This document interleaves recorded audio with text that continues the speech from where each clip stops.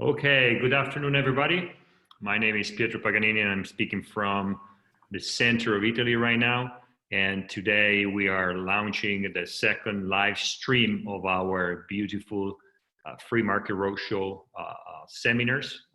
Since we were supposed to be in Rome in June, and obviously the event is going to be postponed, hopefully in September, we decided not to postpone everything, but to anticipate with the advantage of using technology. And today we are exactly on Zoom. For the second time, we started last week with a beautiful discussion over Europe in the time of the virus invasion, and today we continue. So we can say, and as I like to say, that there is no virus, there is no epidemic, there is no pandemic that can stop us. And in fact, here we are. And today we are with a topic that some of our audience, some of our friends around Europe have been working on for the past weeks, particularly because in a way might be a big threat to our individual freedom. So we go today with three beautiful speakers, great experts in the field of freedom and in the field of privacy and data protection. I would like to start from the other side of the ocean, therefore in the United States, particularly in Michigan, where we have Georgiana Constantin Parke, then moving back to Europe, where we have in Italy Luca Bolognini, and then up to the north of Europe in Sweden, in Malmö, exactly where we have Anders Ydstedt. So I will like to start with Georgiana, because you are in the US, because it's early morning, so I want you to wake up and energize our debate. That I'd like to remind you guys, it's also live on YouTube, and as usual, as last week, it will be recorded and it will be available forever online. And our goal here is not just to discuss, but is also to disseminate. So please, whenever you have a chance and time, take the video, post it, share it, make sure that as many people as possible can watch it. The purpose here is just to get together in a time where we cannot get together, eventually in Rome in June, but is also to strengthen our network, even if we are at home, and is of course to discuss, but also to disseminate the knowledge that we are going to produce. It's also a chance to talk to great experts. So the aim of today is not just to listen to these three great people, but is also to ask questions and eventually to make comments. As you know, the chat line and the question and answer line is open. As last week, I'll try to read all the questions, but since there were many last week, I couldn't, so don't be mad at me. I'll try to read as much as possible and pass the ball. So the three speakers are well instructed that they should stay in the web or webinar timing. That is not 30 minutes or 3-hour speech, but it's a 5-minute, 6-minute speech, and then have a quick roundtable, and then leave the word to the floor. So let me go to the United States early morning, where we have Georgiana. So the advent, also in the US right now, unlike what President Trump said a few weeks ago, the virus is changing a lot of things, we all know about that, but the advent of the COVID-19 might represent a threat to our freedoms, not just in terms that we have to stay at home and we cannot walk outside, and there's strong and strict rules, but also because there is a discussion that it might affect some of the rules that protect our data on one side, but also what we care very much, being our privacy. So Georgiana, tell us, and I like to remember that Georgiana has a PhD in political science from the University of Bucharest, and she studied in Bucharest. She's originally from Romania, but she has moved to the United States, although she flies back and forward, or she was used to do that. And she teaches at the Liberty University online program. Georgiana, what is your view? Is our privacy for the coming weeks and months at risk?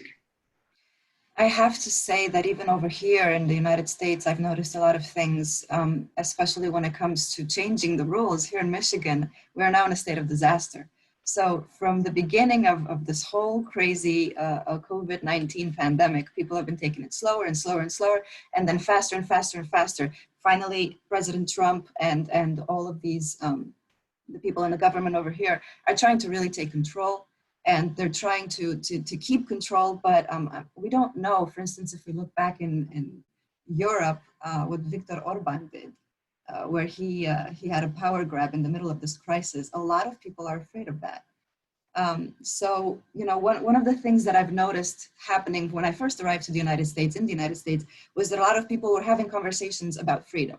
These conversations were very lively. They were always on television. People were always very much aware of what their freedoms were doing, and if their freedoms were in trouble or not. And this wasn't something that I was used to from Romania.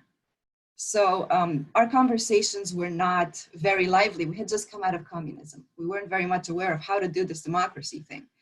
But the one thing that I noticed that shocked me was that when I came to the United States, the consequences of this freedom of speech, for instance, were a lot more difficult to take.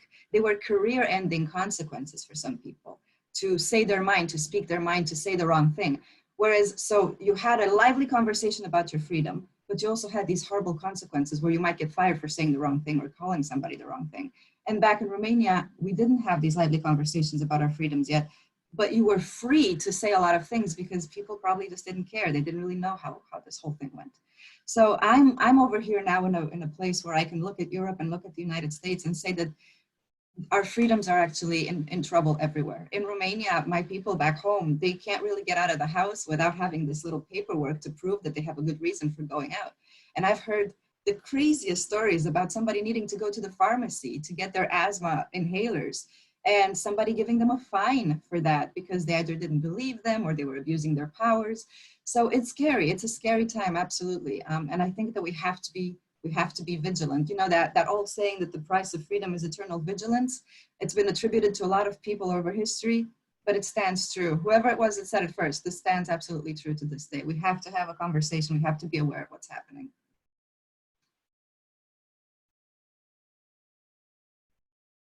My computer is reminding me that I'm mute. I have Siri telling me, hey, man, you're mute. Thank you, Siri, for doing that. Please report back to Apple and to the US government that I'm mute. Thank you. We see that you're also cold inside the house, so hopefully you're inside and not outside. Let me move to Rome and precisely to Luca Bolognini. Luca Bolognini is a lawyer. He's a lawyer specialized in information and communication technology and specifically in privacy. So probably is one of the best person for today's conversation.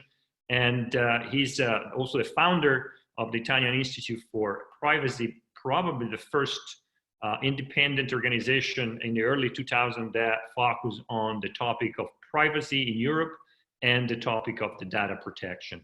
And I have also to say that I'm sorry, I'm very Americanized, so I say privacy. Luca, people tend to say privacy in Europe or in the UK, although they are out of Europe. So let me say privacy with some pride.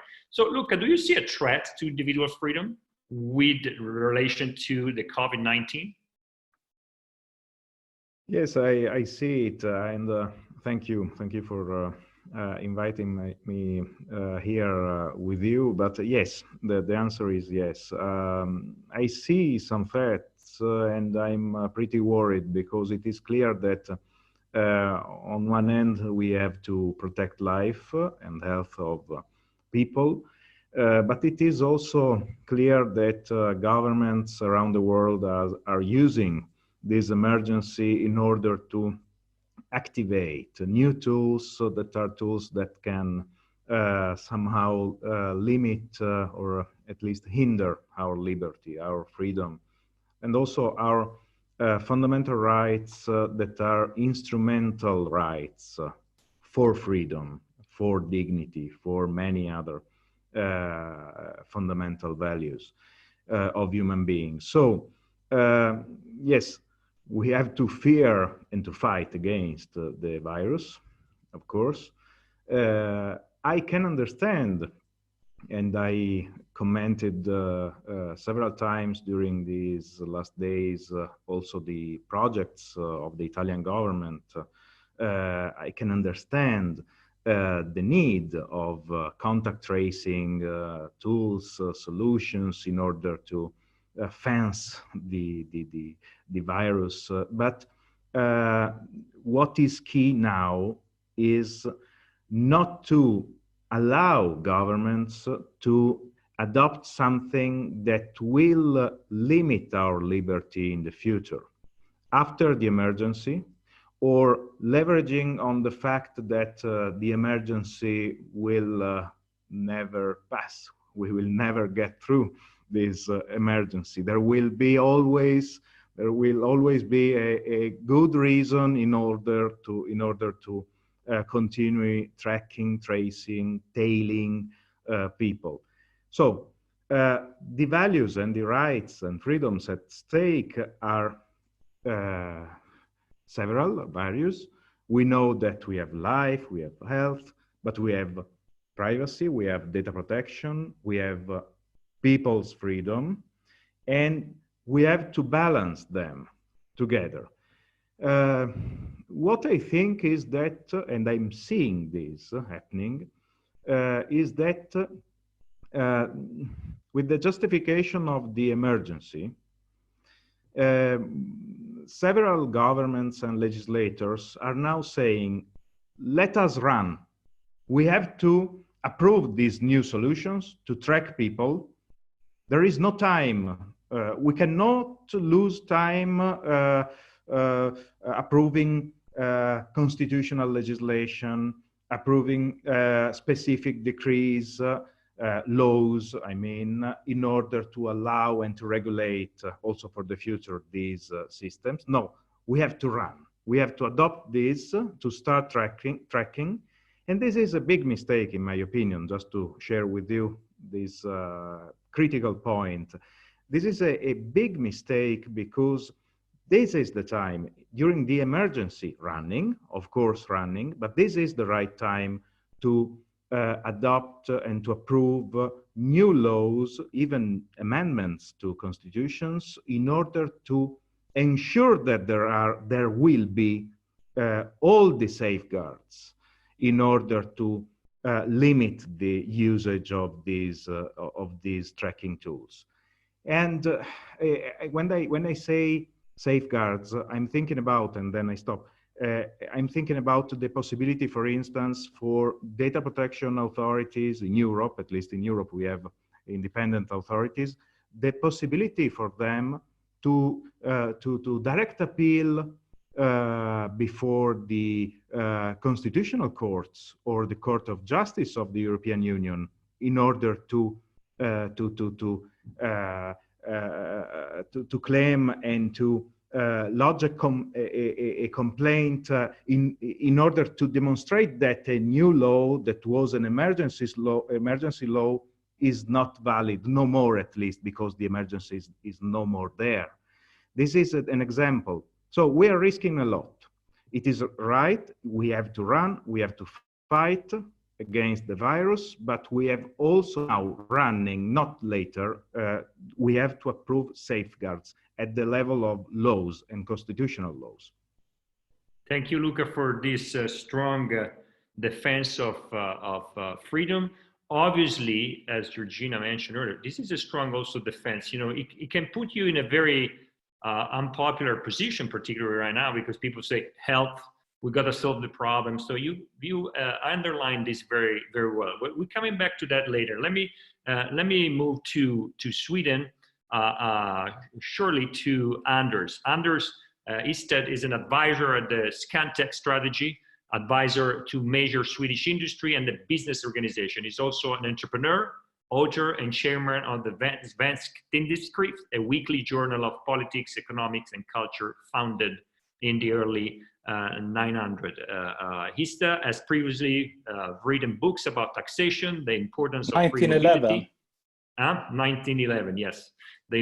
Very Swedish. I was very Italian, being general. You've been very Swedish. No, it's 1911. Ownership, and also Itax, Sweden abolished the inheritance tax in 2015, and now Sweden got rid of the wealth tax in 2018. So the ball comes to Malmo. Anders? Thank you very much.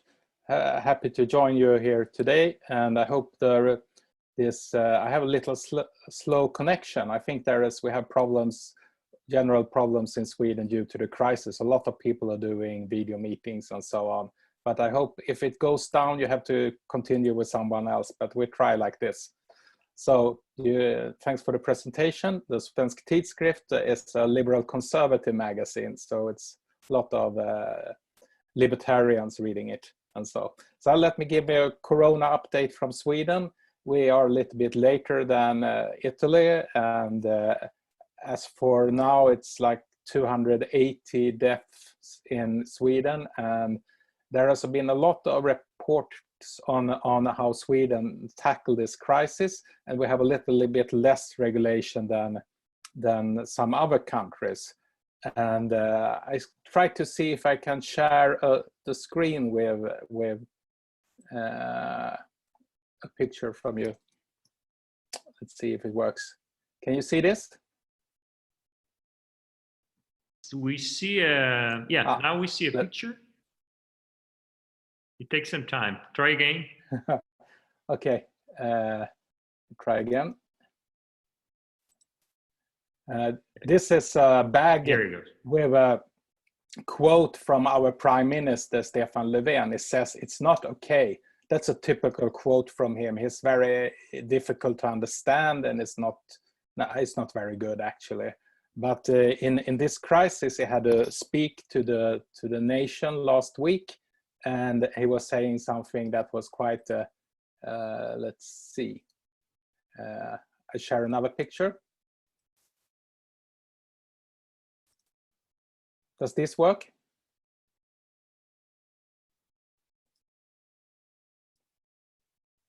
Can you see this?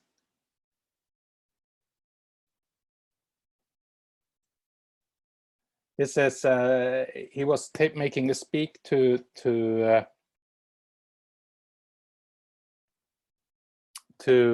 nation, and asked about why do we not do more strict measures. He said, "We can't legislate on everything. Now it's a matter of good manners." And my good friend Johan Norberg said, "Is there one time in life he could be social democrat as Stefan Löfven is when he heard the Prime Minister saying this. He actually trusts that people should have good manners instead of more regulation." I think that's a good way to.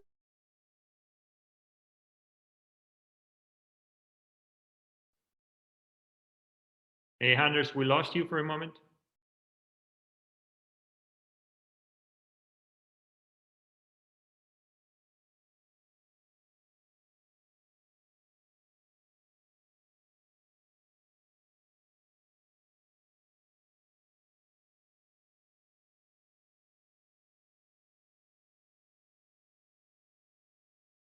Think you lost Anders. You hear me?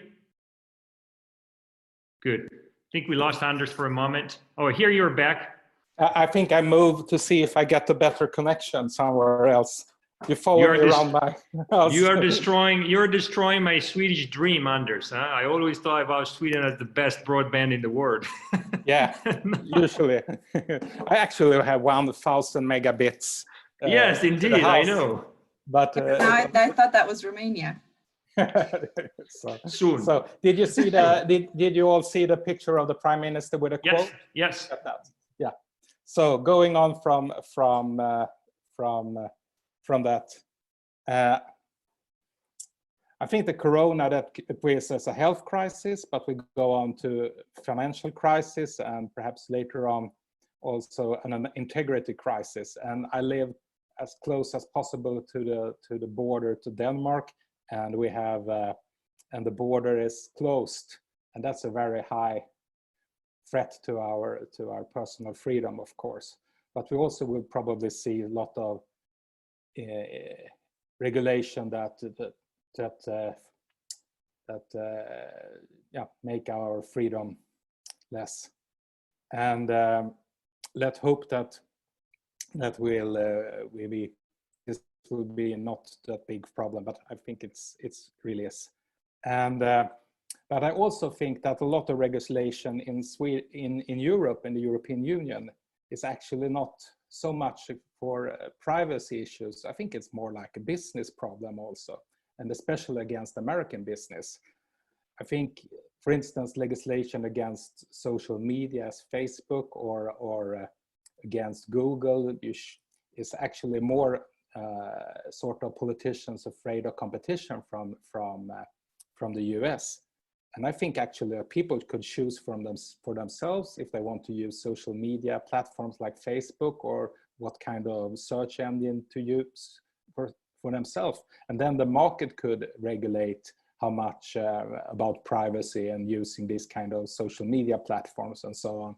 And if people don't like Facebook or Google or other American companies, they can choose other platforms. But I think a lot of people actually make these decisions on the one side. They see it's practical and it's useful. On the other side, of course, it's a threat to privacy. But people choose easy to use and good business opportunity.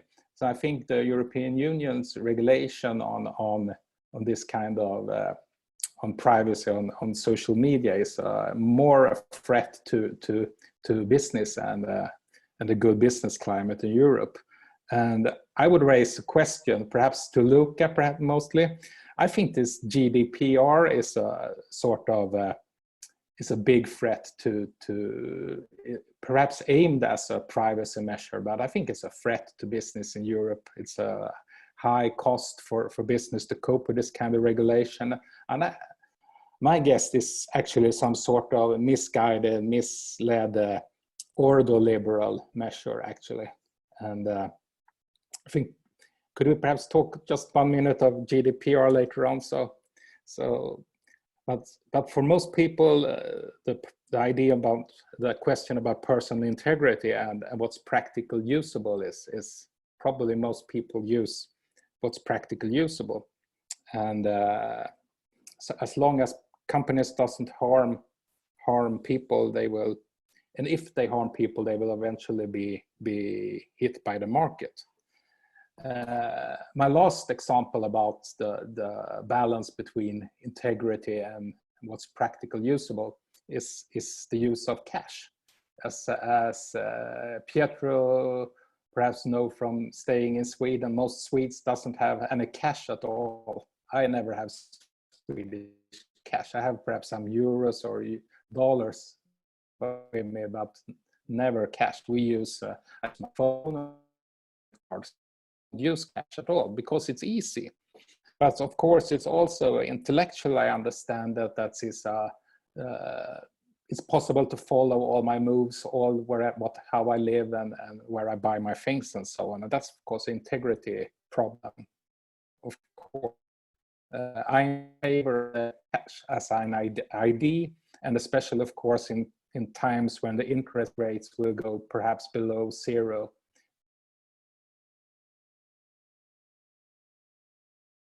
Okay, we lost Anders again. Anders, apologize if I passed the ball. I go back to Michigan because Luca mentioned something. I was very surprised and happy that in Rome he was standing up for freedom and defending the right to privacy. Do you see this risk also in the United States, where of course there is a very different interpretation of privacy from the one we have in Europe? Is this risk already there? Is it coming with new regulation or new attempt by government or tech giants to, let's say, start monitoring? Because Luca said something important. Here we have on one side the health and the fact that we need to save lives and we are in a rush, and also the rush means saving the economy basically. But we also see that this is colliding with individual freedom and privacy? Yeah, I have to say that living here in the United States right now where I am, you don't really feel as restricted as I'm hearing people in Europe are feeling.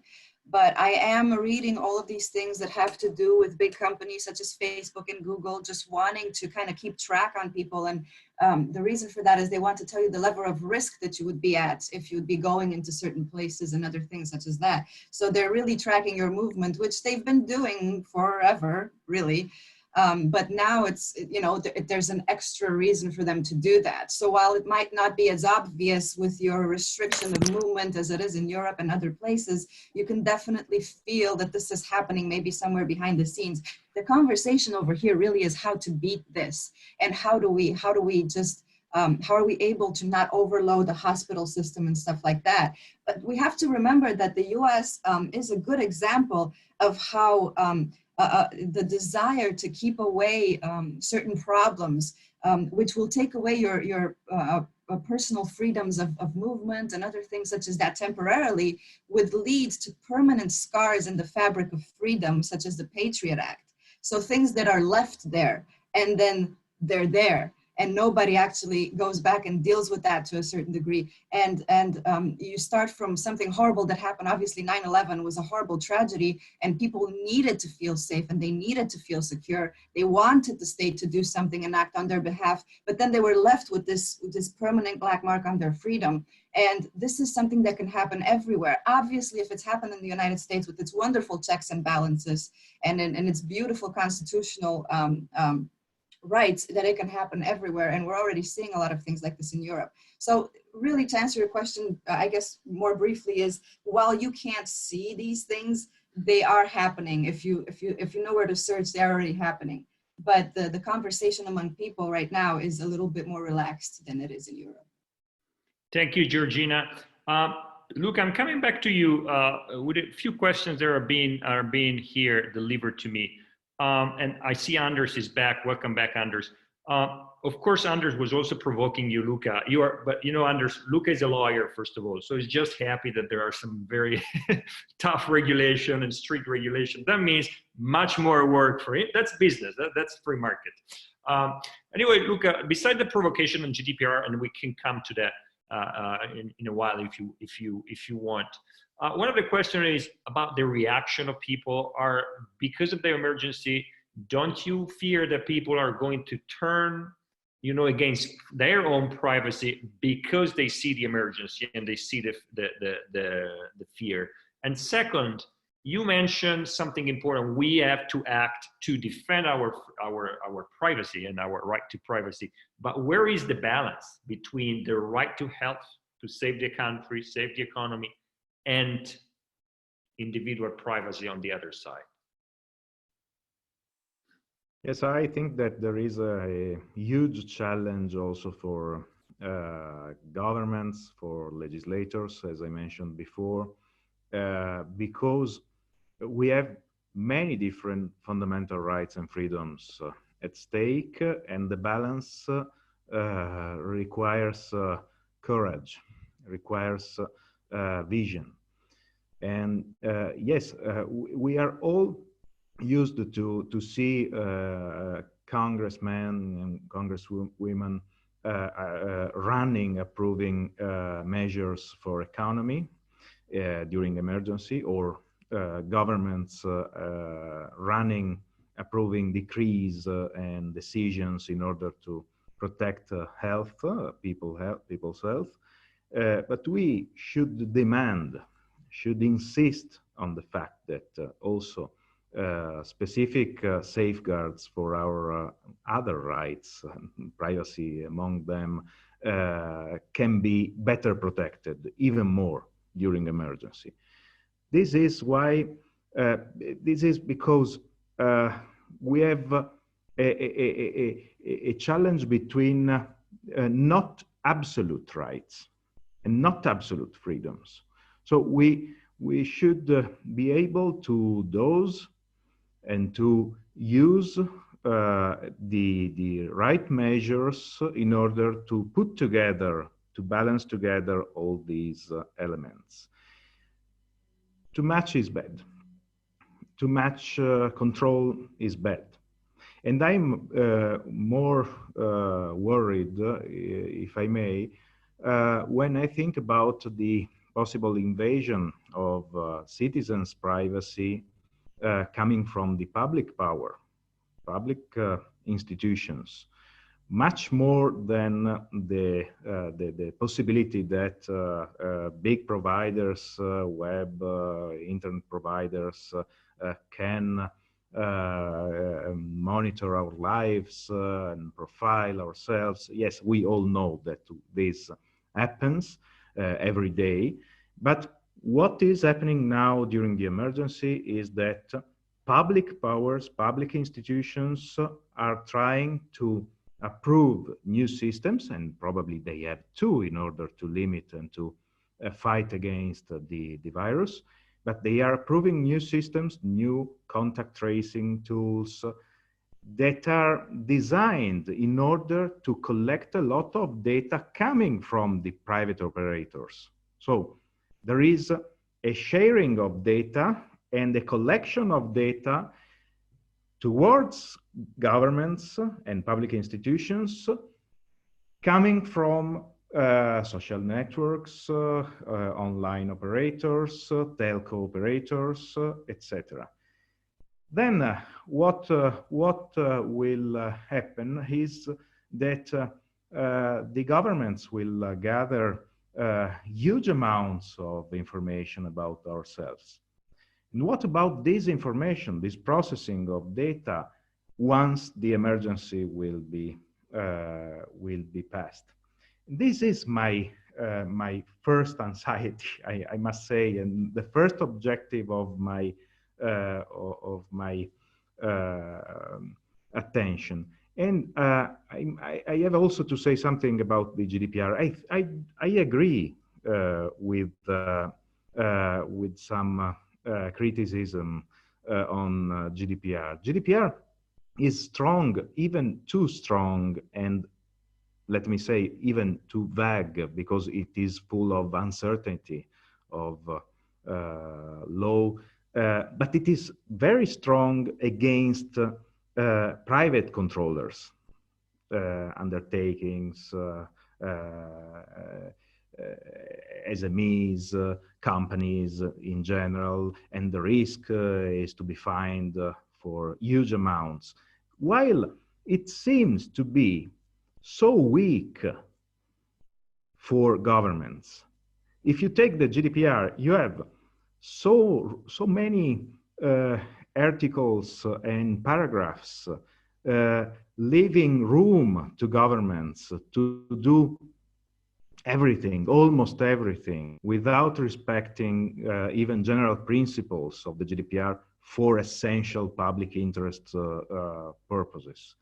And this is the reality. So we have GDPR hindering somehow innovation and market and the business on one end, and giving room, margin of maneuver to governments to do many things, again, without the needed safeguards, probably. It depends on the national legislation, but it is not set at the European level, the level of safeguards for citizens, for data subjects in general. So let us talk about these topics because they are relevant. Privacy is relevant. And now that we are all at home using digital tools, all smart working remotely, then we are transformed more and more in data. We are digitized more and more the privacy and data protection should be relevant. Also in the relationship and regulating the relationship between the private citizen, private user, and the public institution. Thank you, Luca. Anders, and this also taking one of the questions that came from FND that I suppose is Frederick as a name. Anything to add to Luca? Also considering two facts. One is happening here in Italy, for sure in Spain, probably in France, because some of these emergency or urgent measures are being taken. Luca, before he corrected himself, he used the word decree or directive and not the law. Then you say law, but here the government is taking decisions actually without even consulting the parliament. Do you see this risk as a strong risk? And second, here there is always a fight between the one of some liberals saying, well, I have nothing to hide, so my data can be there, and the fact that instead, what Luca exactly said, we need in a way to, to regulate in order to ensure the citizen's right to protect his own privacy. First of all, I agree with Luca. I see the government as a bigger threat than companies. Companies are no threat. People can choose on the free market between companies. They can choose to have their privacy or not. So, but I see what the legislation could be a threat. And looking at the current situation, I think a lot of people accept quite harsh measures against privacy or freedom of movement and so on during a crisis. But the worst thing is is that we keep that kind of acceptance to the big government or big state, and if there will remain something after this crisis. That's the thing that frightens me, and that's important for people like us that fight for freedoms to look for that as soon as possible we can go back to normal how to work every day, how it was before. Thanks, Anders. Before coming to Georgina and get to the end, Luca, there's a question specifically for you. Do you see that there is too much power now in the hands of the executive? The same question in a way I made to Anders, that governments are, because we are in a rush, they're taking too many decisions, and as you said, some of these decisions are very superficial and they can pave the way to a new order in terms of new rules that actually undermine our privacy. And second question that goes to Georgina for an end, and then Anders, if you want to add before really closing our discussion.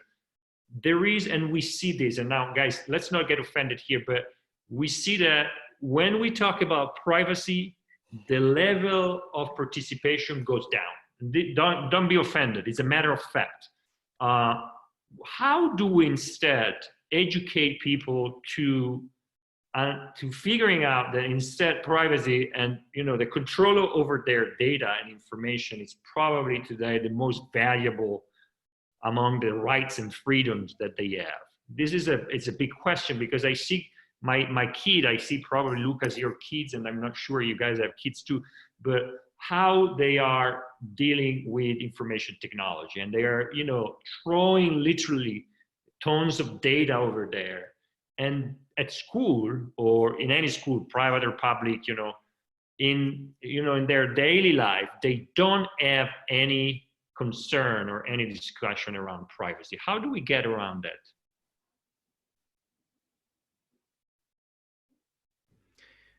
If I may, I think that governments now have a big opportunity, a great chance to limit freedom in an acceptable way. Acceptable because the people can accept these new measures, because there is the crisis, there is the emergency, and the great opportunity is to make it not only acceptable now, but to create a new habit, so that the new rules, the emergency rules, can become the rules, the ordinary rules of the future, of our behavior. And I think that this can be even more true if we talk about immaterial dimensions, and so also about privacy and data protection. Because if you have a lockdown, you cannot work, you cannot go outside your home, probably you feel it will never, I would say it will never become a habit, a real habit, something really acceptable for people, while other aspects are silent and difficult even to perceive them. If a government will continue to track you after the emergency, this will happen in silence. You will not perceive this extra ordinem. You will not take care. So this is why I'm worried, and I'm talking about the necessity of new constitutional safeguards now during the emergency.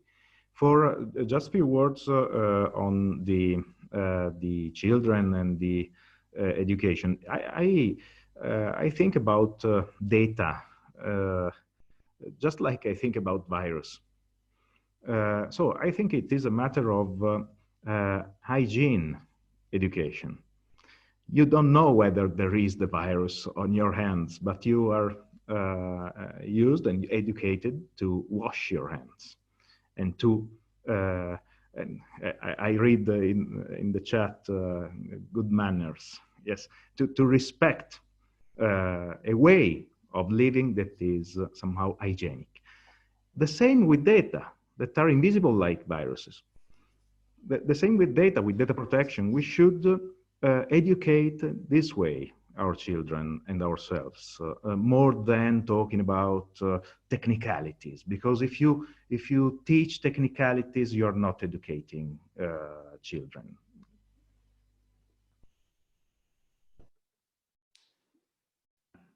Thank you, Siri, for reminding that to me. Georgina, can education, what kind of education do you envision here? This is an important question, and it's something I was also thinking about, because children and even my generation, we don't really understand the direct consequences of having your data being taken by other people and used maybe against you in certain ways. So it's not.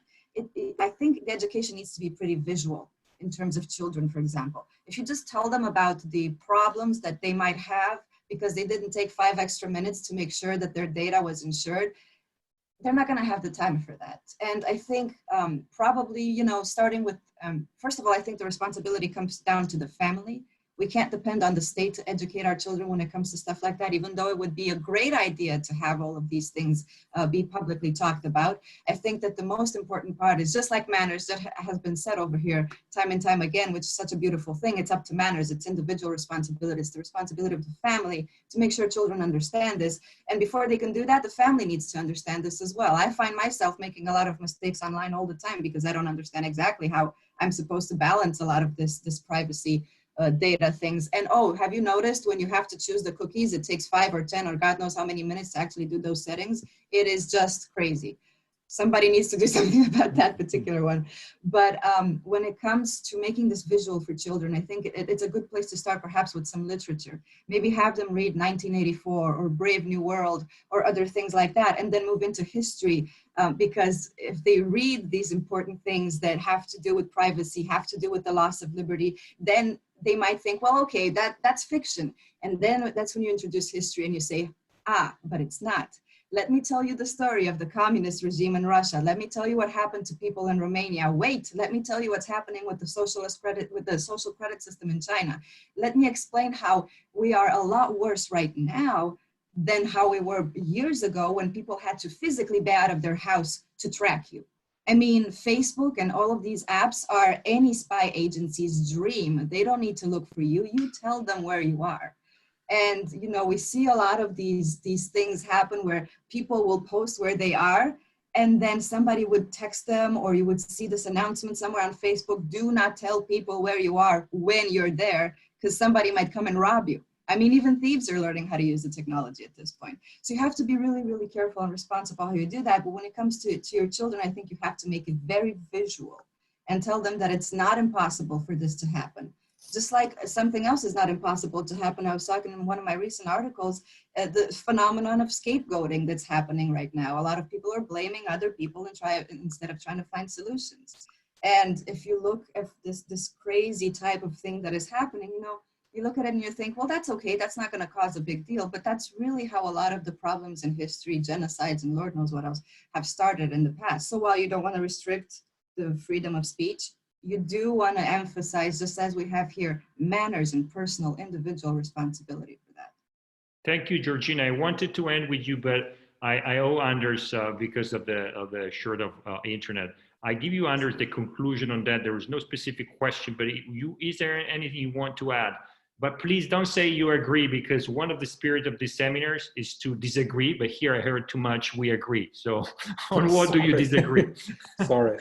I think the big problem with me today was I'm also agreeing with a social democratic prime minister for once. That's the situation today. That's it. So, but history is it's probably the best way to learn from history. And I was just before the shutdown, I was in Berlin and visited the Normannenstrasse, the secret police museum. And when you see how hard they had to spy on their citizens, how many people they had to use to to learn almost the smallest bit of information, and everything like that is so easy to collect today, and people give that away freely. And because of ease of use, it's complicated to regulate your own integrity and privacy. But I think the only way is actually to learn from history that there is a threat to giving away too much information about yourself. And I hope that people, a lot of people, I think that's perhaps one of our most important tasks for the future, or that's a task we have to work with all the time, to get people to read about this, and perhaps visit places like the Stasi Museum and so on, and learn about the history and how it can come back again if we don't learn enough. Thank you, Anders. Thank you, Luca, very much. No, it's Sweden is not so advanced as you say. I'm joking, of course. Thank you so much, Anders. Thank you so much, Luca, for all your valid comments. Thank you, Georgina, for waking up so early and bringing so much sunshine from the other side of the ocean. Thanks to the entire audience that followed us.